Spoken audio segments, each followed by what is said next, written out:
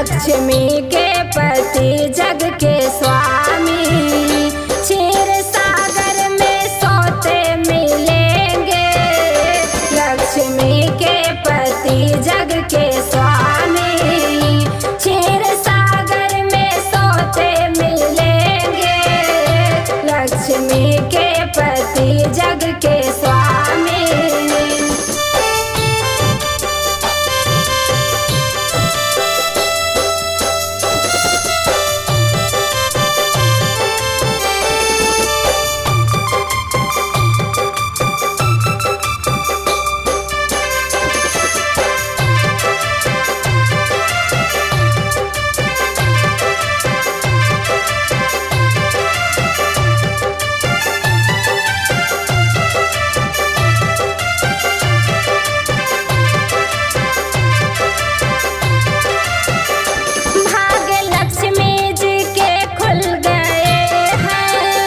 विष्णु जैसे पति मिल गए हैं, उनको बैकुंठ में जाके देखो, उनको बैकुंठ में जाके देखो।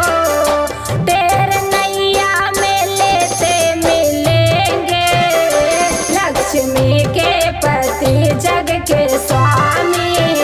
क्षीर सागर में सोते मिलेंगे, लक्ष्मी के पति जग के स्वामी।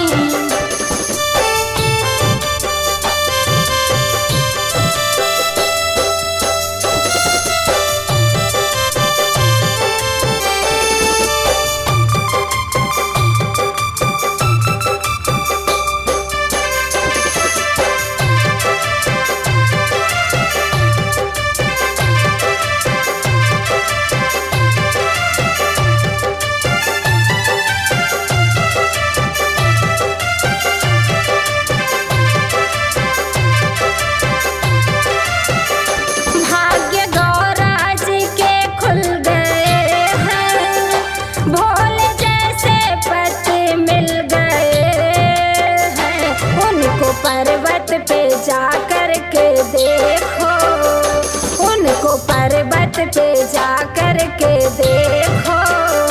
तुमको डमरू बजाते मिलेंगे, लक्ष्मी के पति जग के स्वामी।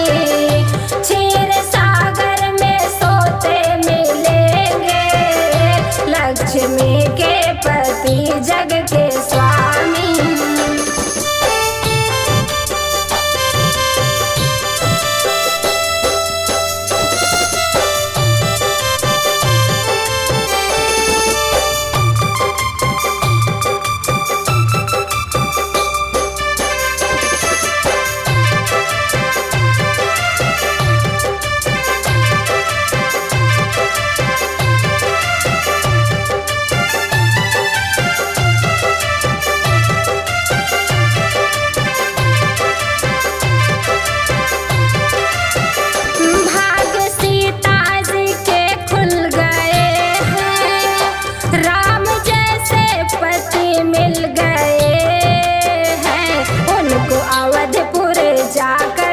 देखो, तुम अवधपुर जा कर के देखो। राजगद्दी पे बैठे मिलेंगे, लक्ष्मी के पति जग के स्वामी। क्षीर सागर में सोते मिलेंगे, लक्ष्मी के पति जग के स्वामी।